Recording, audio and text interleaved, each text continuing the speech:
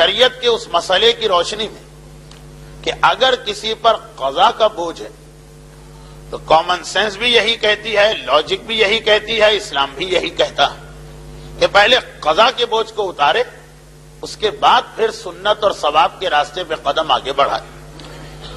یہی چیز اسلام کا ایک اور اہم مسئلہ بنتا ہے جو شب قدر کے اعمال میں بھی ہم کو یاد دلایا گیا کہ واجبات کی پابندی اہم ہے، لیکن اپنے آپ کو حرام سے بچانا اس سے بھی زیادہ اہم ہے۔ اسلام کا آغاز ہمیشہ نگیٹو سے پازیٹو کی طرف جانا، نفی سے اس بات کی طرف آنا۔ چنانچہ کلمہ اسلام بھی یہ نہیں کہ قل هو اللہ احد، اللہ واحد اللہ احد کی بات نہیں، لا الہ الا اللہ کی بات کہ پہلے جتنے جھوٹے خدا ہیں، پہلے جتنے غلط خدا ہیں، ان سب کی نفی کرو، ان کا انکار کرو، اس کے بعد پھر ایک خدا کو مانو۔ تقوی کی تعریف بھی یہی کہ پہلے اپنے آپ کو حرام چیزوں سے بچاؤ اور اس کے بعد پھر واجبات اور نیکیوں کے راستے پہ آؤ۔ متقی کی پہچان بھی یہی بتائی گئی، یہ نہیں بتایا گیا ہے متقی کی پہچان میں کہ بہت نمازیں پڑھتا ہے اور بہت روزے رکھتا ہے اور بہت تسبیح ادا کرتا، نہیں، پہلا جملہ یہی ہے کہ اپنے آپ کو ہر حرام اور گناہ سے بچا رہا، اس کے بعد پھر وہ عبادتوں کی طرف آتا۔ والدین کی ذمہ داریوں میں بھی یہ مسئلہ آتا کہ اپنے نابالغ بچے کو عبادتوں کی ٹریننگ بعد میں دلوانا ہے، پہلے اسے حرام سے روکنا واجب۔ یہ اسلام کا ایک عام سا اصول کہ ہمیشہ کوشش یہ کرنا ہے کہ پہلے اپنے آپ کو گناہوں سے بچایا جائے، حرام سے بچایا جائے، پھر فضیلت اور نیکی کے کام انجام دیے جائیں۔ اصول فقہ میں یہ مسئلہ اس طرح آتا کہ دفع المفسدہ اولی من جلب المنفعہ، کہ اگر ایک طرف انسان کو کوئی نفع اور فائدے کی بات مل رہی اور ایک طرف انسان پہ نقصان آ رہا، ایک طرف جنت مل رہی، ایک طرف جہنم کی طرف جانے کا مسئلہ، تو دفع المفسدہ اولی،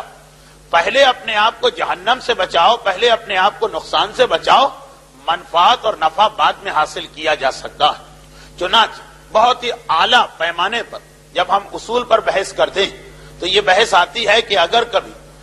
حرام اور واجب میں ٹکراؤ ہو جائے کہ یا حرام کریں گے یا واجب کریں گے، تو اسلام یہی کہتا ہے کہ واجب بھلے چھوٹ جائے، پہلے اپنے آپ کو حرام سے بچانا۔ لیکن یہ جملہ عوام کے لیے نہیں، یہ آپ کے لیے نہیں ہے، آپ کو تو مجتہد کی کتاب پہ چلنا۔ اسلام کا ایک عام سا مسئلہ یہ کہ اپنے آپ کو گناہوں سے بچانا زیادہ اہم ہے واجبات کی پابندی کے مقابلے میں۔ معذاللہ یہ جملہ میں نے غلط کہا، یعنی فضیلتوں، نیکیوں اور ثواب کو حاصل کرنے سے بہتر یہ کہ انسان اپنے آپ کو حرام سے بچائے۔ وہ کون سی نماز شب ہوئی، وہ کون سی فضیلت ہوئی، وہ کون سا ثواب ہوا کہ آپ نے ایک نیکی کا کام کیا اور اس سے بڑا گناہ انجام دے دیا۔ اتفاقاً یہ آج کی ہماری تقریر میں بھی بات روایتوں کی روشنی میں آنے والی، اس لیے میں بس اتنا کہہ کر ابھی انتظار کرتا ہوں تقریر کا آغاز ہو جائے تو فقہی مسئلہ مکمل ہو جائے کہ یہ ایک اسلام کا عام سا اصول ہے۔ بس اسی لیے شب قدر میں ہم کو وقت مل گیا کہ ہم 100 رکعت نماز پڑھ رہے ہیں، لیکن اگر پہلے سے کوئی قضا نماز ہماری گردن پر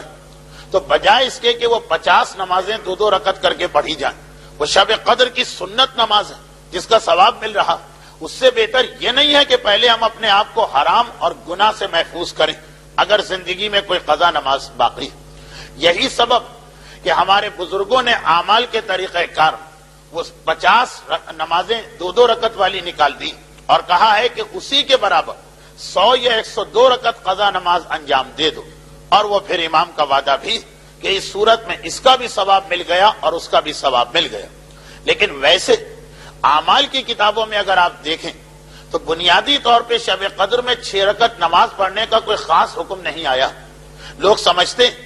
کہ شاید جس طرح عمل قرآن کے سورہ عنکبوت اور سورہ روم کی تلاوت، جوشن کبیر کا پڑھنا، یہ سب جس طرح امام نے آج کے عمل میں بتایا تو یہ بھی امام نے کہا ہوگا کہ 6 دن کی قضاء عمری انجام دو۔ جی نہیں، امام نے کہا ہے 100 رکعت سنت نماز پڑھو۔ پھر اس کو اس مسئلے سے ملا لیا گیا کہ جس پر قضا کا بوجھ ہو وہ پہلے قضا نماز کو ادا کرے، تو اس اعتبار سے ہم قضاء عمری کی نماز پڑھتے ہیں۔ شب قدر کے لیے کوئی خاص حکم اور مسئلہ نہیں، لیکن یہاں بھی لوگوں کے ذہن میں شیطان نے الجھاوا پیدا کر دیا۔ ایک کثیر تعداد ایسے مومنین کرام کی، میں نے کہا کہ شاید یہ یہاں کا مسئلہ نہ ہو جو مجمع میرے سامنے، لیکن ہیں ایسے مومنین کرام جن کا یہ خیال ہے کہ اگر شب قدر 100 رکعت قضاء عمری کی نماز پڑھ لی جائے تو پھر ساری زندگی کی قضا نمازیں معاف ہو جاتی ہیں۔ کچھ لوگوں کو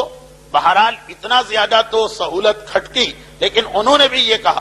کہ 100 رکعت قضاء عمری کی نماز پڑھ لو تو سارا سال تو نہیں مگر گزشتہ سال کی ساری قضاء عمری کی نمازیں معاف ہو جاتی ہیں۔ نمازیں جو قضا ہو جائیں اس میں اسلام کے پاس کوئی شارٹ کٹ نہیں۔ جو واجب عبادتیں قضا ہوتی جتنی قضا ہے اتنا ہی آپ کو انجام دینا پڑے گا۔ یہ تو ہو سکتا ہے کہ جتنا قضا ہے اس میں کوئی پینلٹی ملا کے زیادہ انجام دینا پڑے، جیسے روزے چھوڑ دیے تو روزے بھی رکھو اور ان کا کفارہ بھی دو، لیکن کوئی ایسا طریقہ نہیں کہ انسان نے جو نمازیں، جو روزے، جو حج، جو خمس، جو زکوٰۃ واجب تھا اور اس کو ادا نہیں کیا۔ کوئی ایسا طریقہ نہیں کہ اس کے اندر شارٹ کٹ کے ذریعے سے ان چیزوں کو انسان ادا کر لے۔ حتیٰ یہ کہ اگر کسی پر 1000 قضا نمازیں باقی اور وہ 999 نمازیں بھی پڑھ لے تب بھی وہ جو ایک آخری نماز ہے شرن اس کو سہولت نہیں ملے گی۔ اللہ اس میں 1% یا 2% یا 5% کنسیشن دینے کو بھی تیار نہیں۔ یا خدا ہم نے اتنی نمازیں پڑھ لی، ½ کمیشن تو ہر آدمی دے دیتا۔ جی نہیں، اللہ نے اس نماز کے ساتھ کوئی پینلٹی نہیں رکھی، یہی بہت بڑا کنسیشن ہے کہ جو ہم کو مل گیا، ورنہ روزے کی طرح کہا جا سکتا کہ ہر قضا نماز کے ساتھ 60 دن کی نمازیں اور پڑھ لو جرمانے کے طور پر، تو 100، 1000 یا 10,000 نمازیں بھی کسی پہ قضا ساری زندگی، اور وہ 9,999 نمازیں بھی پڑھ لے،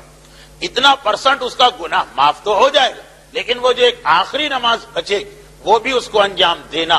اور اگر اس نے نہیں پڑھی تو اس کے بڑے بیٹے پر وہ نماز باقی رہے گی۔ تو شب قدر کے اندر کوئی ایسا طریقہ نہیں کہ 6 دن کی نماز پڑھ کے آپ یہ سمجھیں کہ سارا سال کی نمازیں معاف ہیں۔ برحمتك يا أرحم الراحمين